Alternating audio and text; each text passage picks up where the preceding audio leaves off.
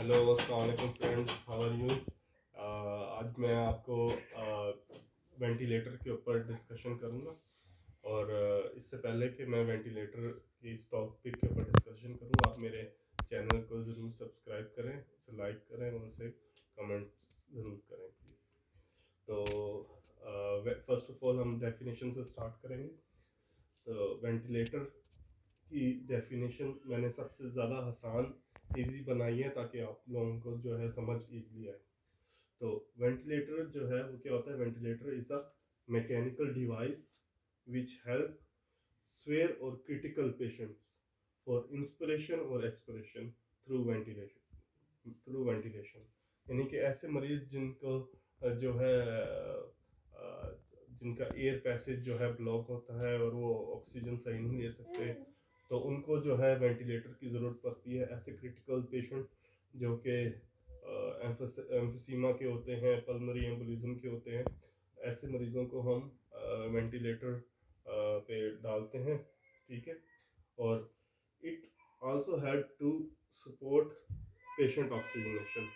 सो जब आपको मैंने बताया कि पेशेंट की ऑक्सीजनेशन के लिए भी जो है ये सपोर्ट करते हैं।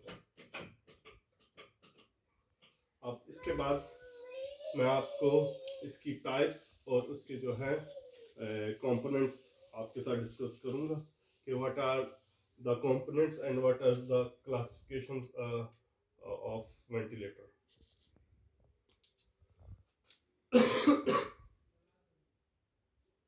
वेंटिलेटर के जो है, जो मेनली वेंटिलेटर का फंक्शन होता है वो तीन कंपोनेंट्स के ऊपर होता है मुश्तमिल। पहले कंपोनेंट को हम लोग ट्रिगर कहते हैं।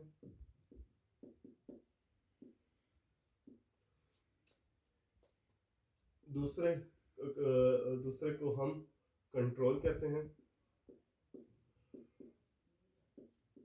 और तीसरी कंपोनेंट को हम लिमिट कहते हैं।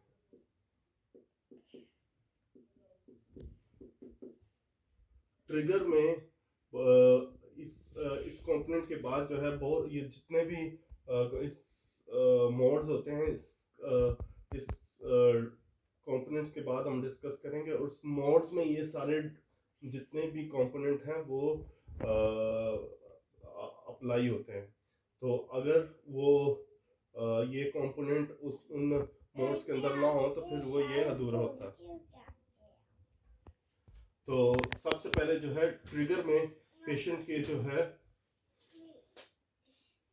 पेशेंट इंस्पिरेशन देखते हैं कि पेशेंट जो है वो सांस कैसे ले रहा है। पेशेंट की इंस्पिरेशन के उसकी अपनी जो ऑक्सीजन है वो इस ट्रिगर में देखी जाती है। ठीक है। अब कंट्रोल कंट्रोल में जो है जो मशीन पेशेंट को वेंटिलेटर पे लगाई हुई है उसकी अपनी कितनी डिमांड जो है वो पेशेंट को दे रही है। फॉर एग्जांपल कि अगर जो है पेशेंट अपनी जो ऑक्सीजन है वो 8 ले रहा है पर मिनट, तो जो है 12 पर मिनट जो ऑक्सीजन है वो बाय कंट्रोलर बाय वेंटिलेटर जो है उसे सपोर्ट कर रहा है। ठीक है। अब लिमिट्स जो है ये सेट होती हैं उस इनकी मेन्यू के ऊपर। वेंटिलेटर के जितने भी मोड्स होते हैं उसकी लिमिट्स पर उसे रखा जाता है। और ताकि जो है उसकी लिमिट्स के मुताबिक उसकी वेट के मुताबिक जो है पेशेंट को ऑक्सीजनेशन फराहम की जाए। मिसाल के तौर पर एक पेशेंट का वेट है 80 kg, तो इसको जो है इसको जो है 800 टाइडल वॉल्यूम के ऊपर हम फिक्स करते हैं। यानी कि इसकी लिमिटेशन इससे ज़्यादा नहीं हो सकती। ठीक है। अब जैसे FiO2 है, FiO2 भी मैं हम आगे डिस्कस करेंगे। FiO2 एक बच्चा है, उसकी जो है 22 साल उम्र है, तो हम उसको अगर उसकी कंडीशन इतनी वर्स नहीं है तो उसे हम 50-60 जो है लिमिट के अंदर ऑक्सीजन FiO2 की देते हैं। So these are the components which will be involved in all the modes of ventilators. So इसके बाद हम जो है मोड्स ऑफ वेंटिलेटर डिस्कस करने वाले हैं।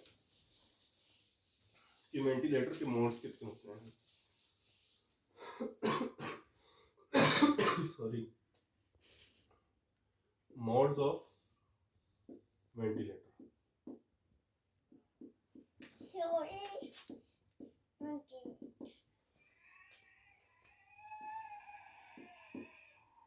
फर्स्ट जो मोड होता है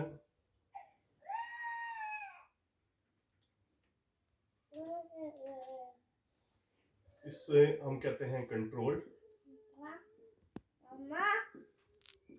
अब कंट्रोल्ड में जो मोड्स होते हैं इसके अलग कंपोनेंट्स हैं। कंट्रोल्ड में सबसे पहले आता है पीसी। पीसी का मतलब है प्रेशर कंट्रोल।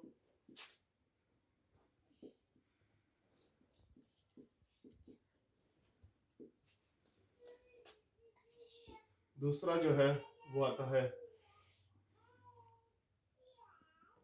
एवीसी। एवीसी का मतलब है असिस्ट वेंटिलेशन कंट्रोल।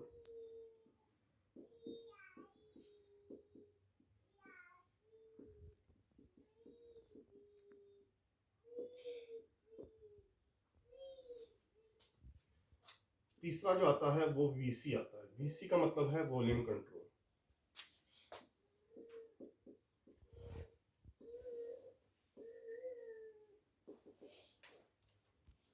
तो इस अगर हम कंट्रोल की इन मोड्स को डिस्कस करें तो इसमें जो है ट्रिगर और जो कंपोनेंट्स जो मैंने आपको पहले बताए थे वो ऐसे काम करते हैं कि फॉर एग्जांपल हम पीसी डिस्कस करते हैं, प्रेशर कंट्रोल।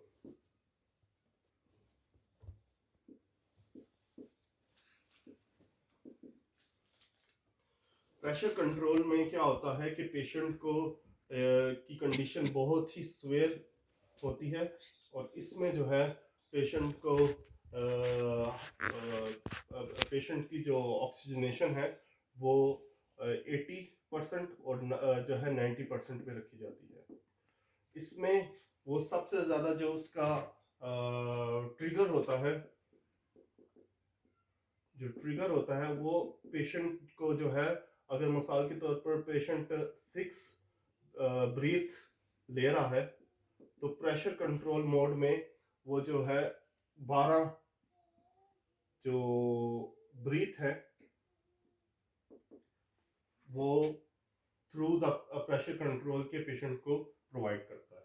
ठीक है, जिसकी वजह से जो है पेशेंट की वेंटिलेशन इंप्रूव होती है।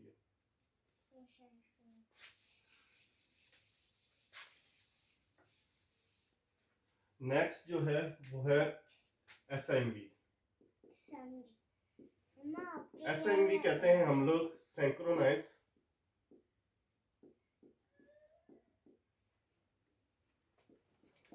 इंटरमिटेंटली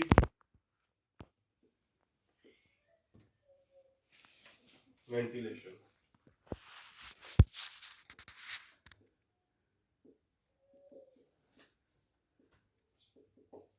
अब सिंक्रोनाइज जो है इसमें क्या होता है कि अगर हम उन कंपोनेंट्स की बात करें, ट्रिगर की और लिमिट्स की बात करें, तो जो है पेशेंट की जो अपनी ऑक्सीजन है, ट्रिगर की अगर हम बात करें तो पेशेंट की अपनी ऑक्सीजन जो है वो वेल इम्प्रूव होती है। इसमें जो है वो अगर पेशेंट को 12 ब्रीथ पर मिनट चाहिए तो तकरीबन 15 ब्रीथ जो है उसके अपने होते हैं और वेंटिलेटर जो है उसे सिर्फ और सिर्फ जो है 3 या 4 जो पफ होते हैं वेंटिलेटर के, जो प्रेशर होता है वेंटिलेटर का वो प्रोवाइड करता है। ठीक है, तो इस वॉल्यूम को हम सिंक्रोनाइज कहते हैं।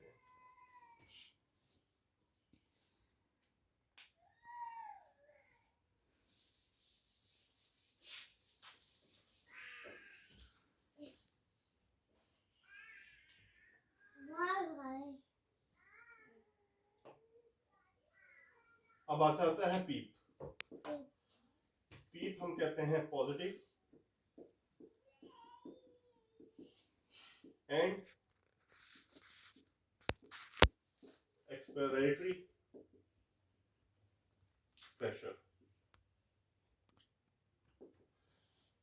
ये इसकी जो लिमिट होती है पीप की वो होती है 5, 7, 8, 9, इससे ज्यादा जो है हम पीप दे नहीं सकते, क्योंकि पेशेंट को प्रेशर के जरिए जो है वेंटिलेशन प्रोवाइड करती है। तो अगर ऐसा पेशेंट जिसको जो है प्रेशर के जरिए पहले तो ये पीप जो है हर मोड में इस्तेमाल होती है, यानी कि अगर एक पेशेंट है उसको जो है 50% ऑक्सीजन पे लगा हुआ है, तो उसकी जो पीप है हम उसको 5% यानी कि 50% पीप पर लगा देते हैं कि 50% जो प्रेशर है वो वेंटिलेटर उसे दे, ठीक है, ताकि वो इंस्पिरेशन भी सही तरह से कर सके और एक्सपिरेशन भी वो अपनी प्रेशर के जरिए वो निकाल सके, ठीक है। तो these are the normal values, ठीक है। अगर it will be exceed to these normal values, the patient will be caused from barotrauma, तो उसकी वजह से पेशेंट जो है बैरोट्रोमा की तरफ भी जा सकता है, ठीक है। अब बैरोट्रोमा में सबसे ज्यादा जो है थोरसिंथेसिस वगैरह जो है वो भी क्रिएट हो जाता है, पेशेंट जो है वो उसकी जो लंग्स हैं वो पंचर हो सकते हैं अगर ये प्रेशर जो है ये उस लिमिट के मुताबिक ना दिया गया, जो कि या फिर उस लेवल से एक्सीड हो गया, तो फिर जो है पेशेंट के जो लंग्स हैं वो भी पंचर हो सकते हैं।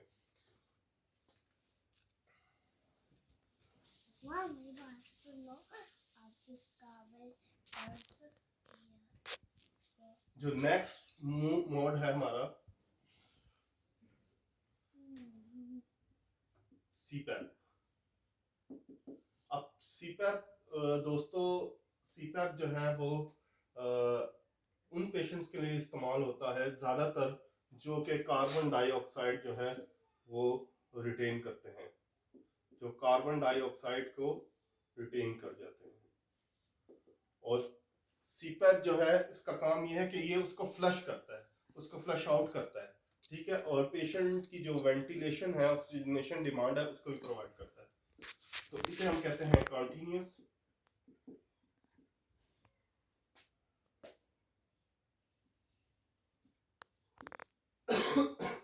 Positive air pressure, continuous positive air pressure. तो ये जो है हम ज्यादातर जो है ऐसे पेशेंट जो कि सीओपीडी के होते हैं उनमें इस्तेमाल करते हैं, या फिर ऐसे पेशेंट जो कि एम्फोसीमा के होते हैं या फिर पल्मोनरी एम्बोलिज्म के होते हैं, ठीक है।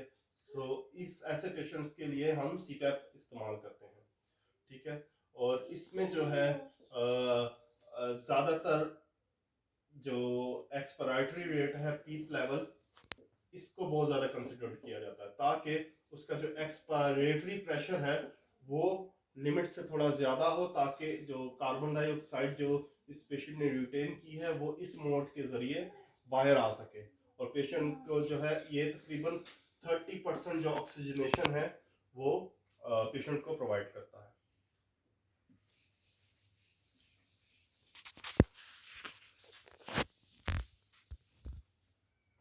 अब आता है दोस्तों बाईपैप। बाईपैप का मतलब है बाईपास,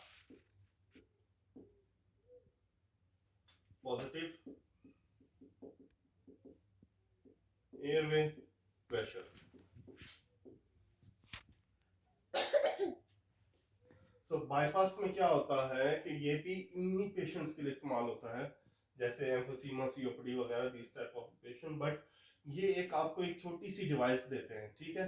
ये जो ये बाईपैप है ये वेंटिलेटर की जो बड़ी मशीन है उसमें इन्वॉल्व नहीं होता, उस ये सिर्फ जो है एक छोटी सी एक पोर्टेबल डिवाइस होती है जिसके जरिए जो है एक किस्म का जो वेंटिलेशन है वो बाईपास हो जाती है, ठीक है।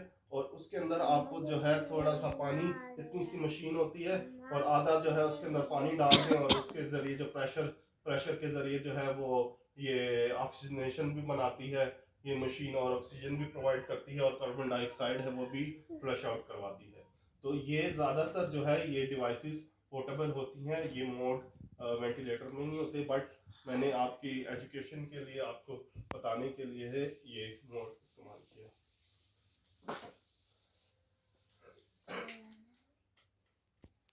FiO2। FiO2 क्या होता है? अब पेशेंट के जब हम ऑक्सीजनेशन लगाते हैं, ठीक है, तो पेशेंट की जब हम ऑक्सीजन वेंटिलेटर के ऊपर लगाते हैं तो हम उसको किसी ना किसी जो है मोड के ऊपर, किसी ना किसी लिमिट के ऊपर जो है हम उसे सेट करते हैं। उस जो मोड है उस टाइप को हम FiO2 कहते हैं, यानी कि फ्रैक्शनल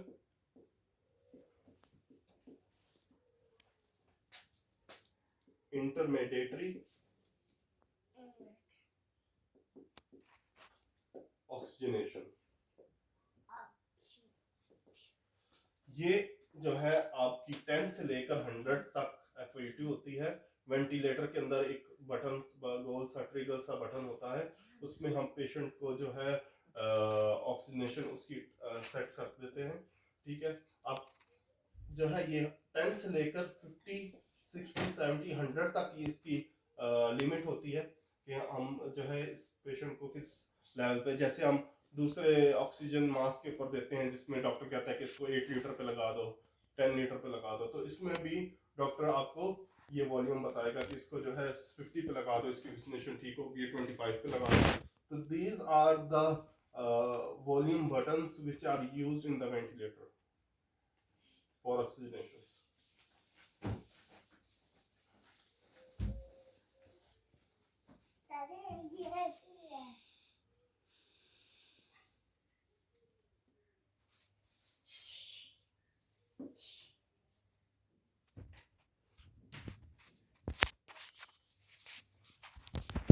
अब मैं आपको बताता हूं कि अब हमने वेंटिलेटर के मोड्स तो पढ़ लिए, ठीक है।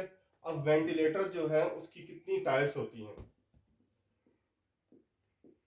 तो वेंटिलेटर की जो है 2 टाइप्स होती हैं, ठीक है। पहली होती है इन्वेसिव और होती है वेसिव।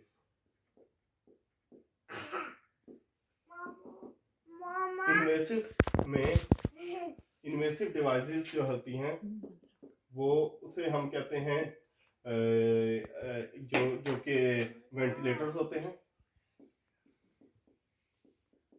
सीपैप्स होते हैं और बाइपैप्स होते हैं, सॉरी वेंटिलेटर्स होते हैं, ठीक है। जस्ट ये डिवाइसेस जो है वो इन्वेसिव डिवाइसेस होती है, ठीक है। और वेसिव डिवाइसेस वो होती हैं जो कि हमें अक्सर वार्ड्स में दी होती हैं। वार्ड्स में जैसे पेशेंट को ऑक्सीजन मास्क लगा दिया, ठीक है, और पेशेंट को जो है हमने सीपैप लगा दिया, बाइपैप लगा दिया, जो मास्क के जरिए ऑक्सीजन दी जाती है उसे हम वेसिव वेंटिलेशन कहते हैं।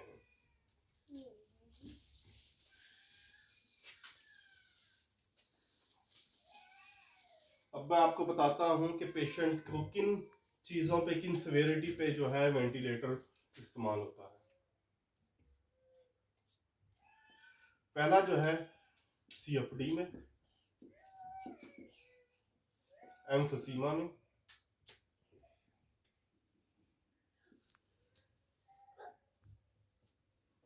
सर्जरीज में,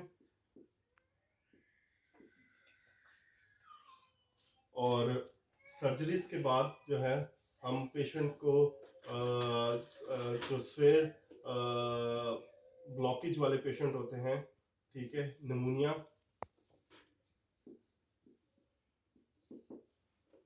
तो इन सारी चीज़ों पे हम मरीज को जो इन्वेसिव वेंटिलेटर्स होते हैं वो लगाते हैं, ठीक है। अब वेसिव जो वेंटिलेशन है,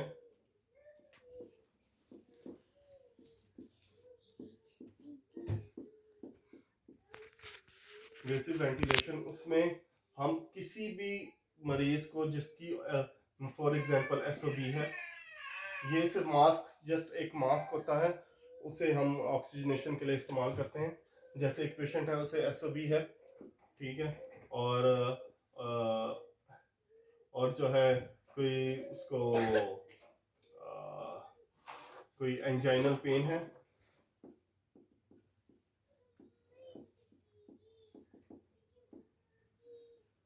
और एस्थमेटिक है, सो ऐसे मरीजों को हम लोग बेसिक वेंटिलेशन लगाते हैं।